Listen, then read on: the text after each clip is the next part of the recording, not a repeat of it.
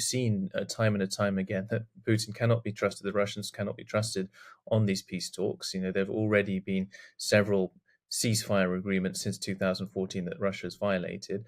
And as long as Putin has this ambition to make Ukraine into a kind of client state of Russia, then the Ukrainians are not going to be able to accept it, because that means for them, but essentially occupation. A lot of people on lists being rounded up, arrested, carried away, and potentially tortured and executed, as has happened in plenty of occupied areas. So this is a matter of life or death for them, and they're not going to simply accept whatever Putin tells Trump. I'm just really interested to know how the news is going down that Donald Trump and Vladimir Putin have had an hour-and-a-half phone conversation and agreed to immediately start negotiations over ending the war in Ukraine. So the Ukrainians are obviously very concerned that this is kind of welcoming Putin back onto the international stage.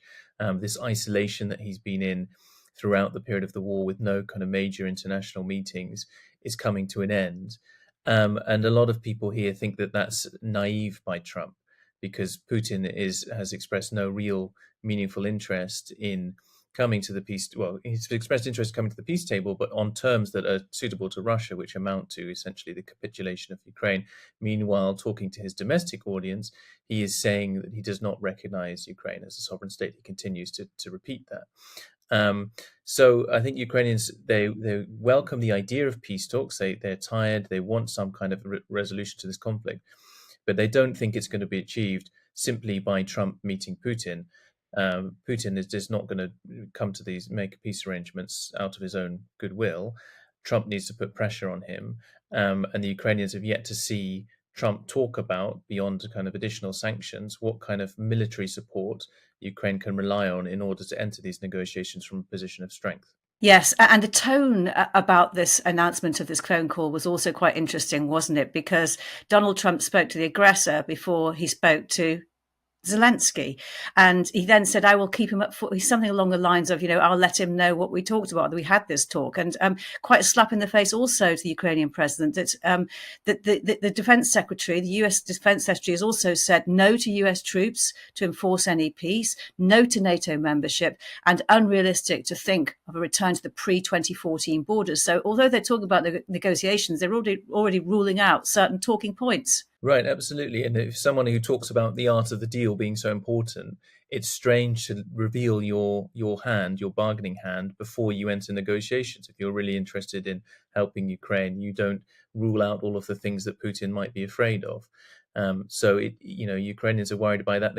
President Zelensky has said repeatedly that any discussions about the future of Ukraine must include Ukraine. He doesn't like that Putin is talking to Trump directly, and we don't really know what was said in those meetings. We get quite meaningless platitudes from Trump after it.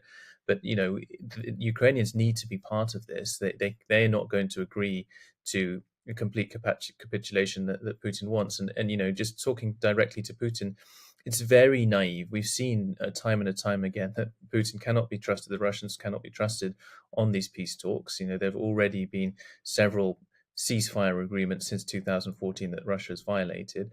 And as long as Putin has this ambition to make Ukraine into a kind of client state of Russia, then the Ukrainians are not going to be able to accept it, because that means for them, but essentially occupation. A lot of people on lists being rounded up, arrested, carried away, and potentially tortured and executed, as has happened in plenty of occupied areas. So this is a matter of life or death for them, and they're not going to simply accept whatever Putin tells Trump. You told me you've been in the Donbass. Can you tell me exactly, as close as you can as to where you went exactly and what you found out? Yeah, we were near Pokrovsk, which is the scene of the heaviest fighting now. The Russians are trying to flank that city. It seems like they've abandoned the previous strategy of taking on a city head on and just kind of obliterating it. I think they've realized at this point they've obliterated so many cities in the Donbass that they need to take one intact in order to have some kind of logistical hub if they want to go further, if they want to establish occupation there. They actually need to have some buildings intact. So they're trying to cut off the supply road into Pokrovsk, which would bring actually the Russians very close to the border of Dnipropetrovsk Oblast, which is another oblast that Russia could challenge and just try and make a claim to if they get far enough. And the Ukrainian troops that I spoke to are there trying to hold them back, trying to drive the Russians back from positions they'd taken. They also talked about how some of these Western trained brigades had lost ground. Now, these are not Western trained brigades like the 82nd. This is the 150 series of Western trained brigades. And the idea was to take large amounts of soldiers to a Western country and train them en masse, particularly in France. Excuse me. And what had happened there is that these newly mobilized men were not paired with experienced units, experienced officers, they were given great machinery, great equipment, but as soon as they faced a very serious assault, they would cut and run. And the experienced Ukrainian brigades that I'd spoken to would then have to go and retake those positions. And they were very frustrated that mobilized men were being sent to new brigades instead of sent in to replenish experienced brigades with experienced officers and experienced NCOs. And did you get a sense of how big this problem is? Because you would think that there would be an adaptation to actually change that if it's not working. So there has been a kind of outcry against it, and Sirsky has promised to kind of change it. And Zelensky has also said they will stop sending mobilized men to newly formed brigades. They will stop forming new brigades, in fact, and they will try and replenish the troops in the old brigades. So they are responding to it, but it's taking time to do that.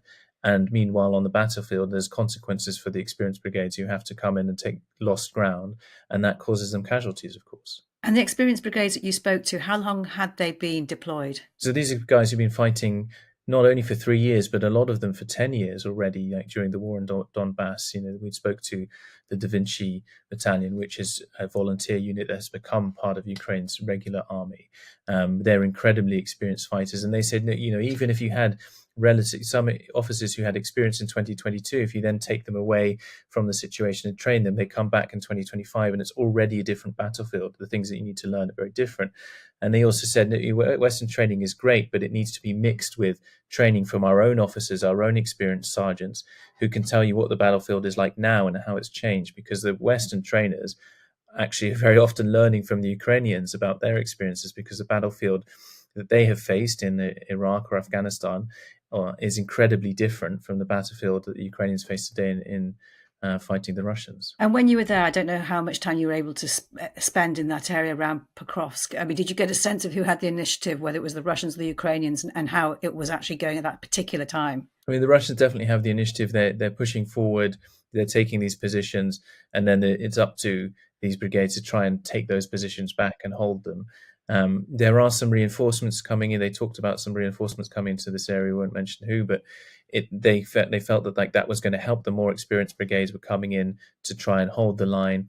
And there were going to be some efforts to try and make sure they keep this supply road into Pokrovsk open, which is really, really critical for the Ukrainians now. And you're speaking to us, Maxim, from Kyiv, and it's a really politically explosive week for Ukraine, with all the different meetings that are taking place where its future will be discussed, and any peace talks. I heard this morning, speaking on the radio, the former head of MI6, Alex Younger, saying that what's really, really important at the moment in terms of making sure whatever happens with any peace negotiations is that Ukraine's sovereignty is preserved, because that is what President Putin does not want. He wants Ukraine to cease to exist as a country, and that is what is important, not only for Ukraine's security, but for the future European security as well.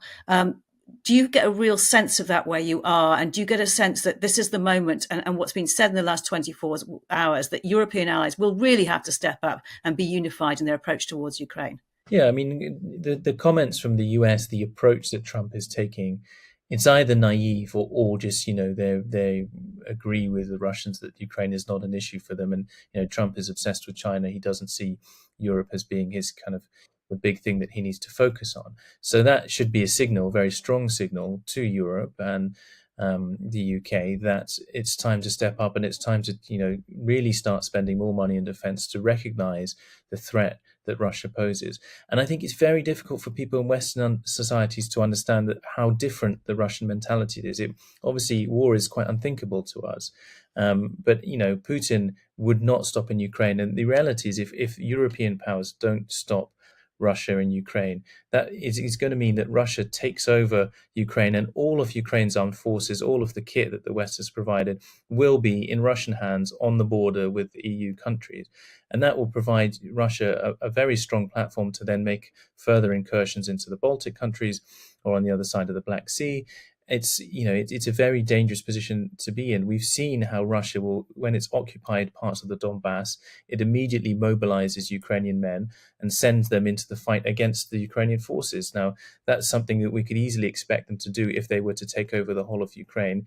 You'd see Ukrainian guys drafted, mobilized, forced to fight against their will in the same way as many Russians, maybe against Poland or the Baltics. Maxim, it's been really good speaking to you. Thank you for your time. When can we see your next dispatch? In a couple of days, I hope. Okay, look forward to seeing that. Maxim, take a look after yourself. Thank you very much. Thanks very much, Kate. You've been watching Frontline for Times Radio with me, Kate Chabot. If you'd like to be the first to get exclusive content, you can sign up for membership with the link below.